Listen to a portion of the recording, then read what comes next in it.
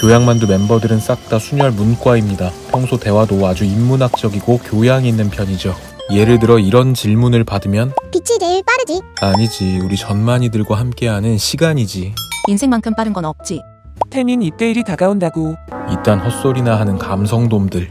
이런 저희에게 이과 냄새가 물씬 나는 광고가 하나 들어왔습니다.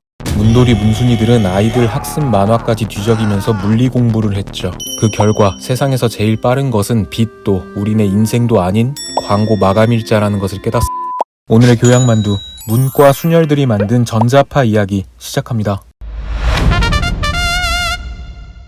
무선통신이 상용화되지 않았던 시절 휴대전화를 대신했던 것은 바로 동물이었습니다. 1848년 미국 서부의 캘리포니아에서 엄청난 양의 금광이 발견되는데요. 이 때문에 돈에 눈이 뒤집힌 동부의 사람들이 대거 서부로 이주를 합니다. 그러나 당시 서부는 인프라가 열악한 깡 시골이었고 우편 시스템도 마차를 활용하던 때라 다른 지역으로 편지라도 한 통 보낼라 치면 몇 달씩 걸리곤 했죠. 이때 한 사업가가 우편 서비스의 속도를 획기적으로 줄이는 혁명을 가져옵니다.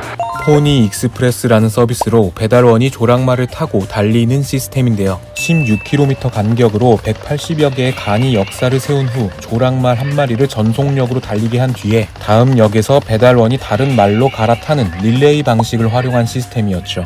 아주 노동력 갈아 넣는 수준이 교양만두 뺨치는. 하여간 이렇게 우편 배달의 속도가 수개월에서 열흘로 줄어들게 됩니다. 만화나 소설에서 새를 날려보내서 편지를 주고받는 장면 보신 적 있으실 텐데요. 비둘기에게는 강한 귀소 본능이 있어서 예전부터 통신수단으로 많이 애용되어 왔습니다. 1차 세계대전 당시 미군의 휘틀시 소령은 병사 500여 명과 함께 미로 같은 지형에 갇혀 적군에게 포위된 채 아군과의 연락도 끊기는 위기에 처하는데요. 이때 휘틀시 소령이 꺼낸 비장의 카드가 바로 비둘기 다리에 SOS 메시지를 묶어서 날려보내기로 한 거죠. 그러나 번번이 독일군의 사격에 맞아 추락해버리는 비둘기. 소령은 똥줄 타는 마음으로 마지막 한 마리 남은 비둘기를 날려보냈고 이 비둘기는 42km 떨어진 본부로 무사히 날아가 메시지를 전하는 데 성공합니다. 메시지를 받은 미군은 즉각 구출 작전에 나섰고 포로로 잡혀있던 200여 명의 목숨을 구할 수 있었습니다. 이 비둘기의 이름은 쉘아미. 쉘아미는 훈장까지 받고 거의 캡틴 아메리카급의 인지도를 쌓다가 지금은 박물관에 박제해놨다고 합니다. 사실 무선통신 기술은 세계 1차 대전이 터지기 약 20년 전에도 이미 존재했습니다. 1896년 이탈리아의 물리학자 마르코니가 최초로 실용화시켰는데요. 그러나 당시 사람들은 눈에 보이지 않는 전자파의 존재를 믿지 않았고 무선통신은 거의 흑마법 취급을 받았죠. 그런데 1912년 대중들이 전자파의 위력을 깨닫는 사건이 발생합니다. 바로 타이타닉호 침몰 사고. 사고 발생 즉시 한 선원이 무선 전신기를 통해서 조난 신호를 전파했고 가장 가까운 항구에서 이 신호를 듣고 빠르게 달려와 2천여 명 중 700명 남짓의 인원을 구출할 수 있었죠. 동시에 같은 시각 무선 전신 회사에서 근무하던 사노프라는 남자가 타이타닉호 침몰 소식을 접하는데요. 그는 모스부호를 이용해서 구조 상황과 생존자 명단을 끊임없이 육지로 전달했습니다. 이 소식은 전파를 타고 미국 신문사에서 유럽을 거쳐 전 세계 신문사로 전해집니다. 인류 최초의 실시간 뉴스가 만들어진 거죠. 여러분 이쯤 되면 전자파가 어떤 원리로 무선 통신을 가능하게 하는 건지 궁금하시죠? 안 궁금하신가요? 대치워 피카츄.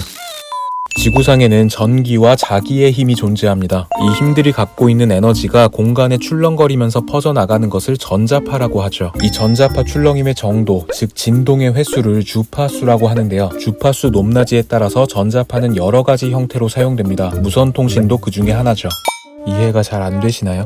이 전자파가 데이터를 어떻게 전달하냐면 이렇게 만두가 원희에게 카톡을 보낸다고 합시다. 그러면 스마트폰에 내장된 안테나가 전자파에 카톡 데이터를 실어서 발사합니다. 발사된 전자파는 만두 근처의 기지국을 거쳐서 원희와 가까운 기지국으로 들어가고 최종적으로는 다시 전자파를 통해서 수신자에게 전달되는 방식이죠. 우리 전만이들 잠들 것 같으니까 설명은 여기까지.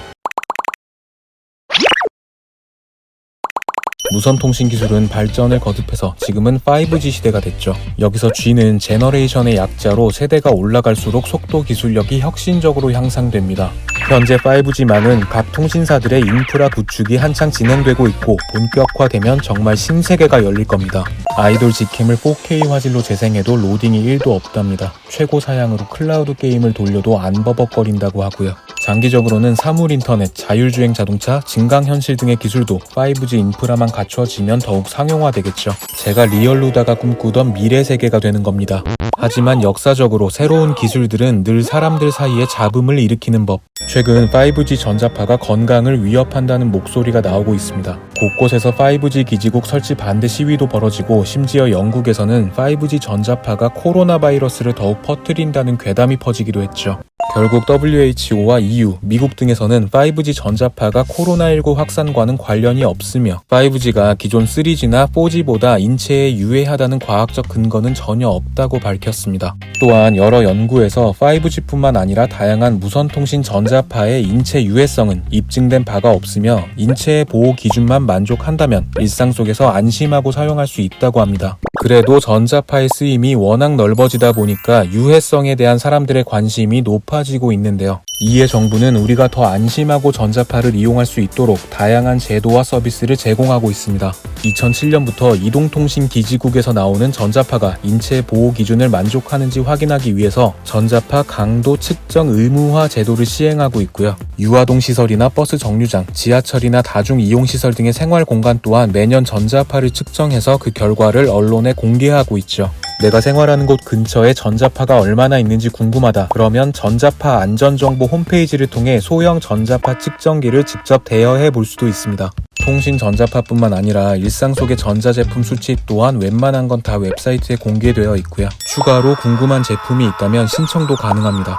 5G 시대를 지나서 6G 시대에는 홀로그램, 비행기 자율주행, 원격 수술까지도 가능해질 거라고 하는데요. 그 모든 것들을 위해 정부에서는 디지털 뉴딜 정책을 실행하고 있는 거죠. 여러분 사실 영화나 애니에서도 제일 강한 캐릭터들 중에 전기캐가 꼭 있잖아요. 이번 영상을 만들면서 전자파가 정말 인간에게 강력한 무기라는 생각을 했습니다. 사실 전자파 때문에 여러분이 잘생긴 제 목소리도 들을 수 있는 거니까 게이드가 결론은 우리 전자파 만관부 교양 만두였습니다.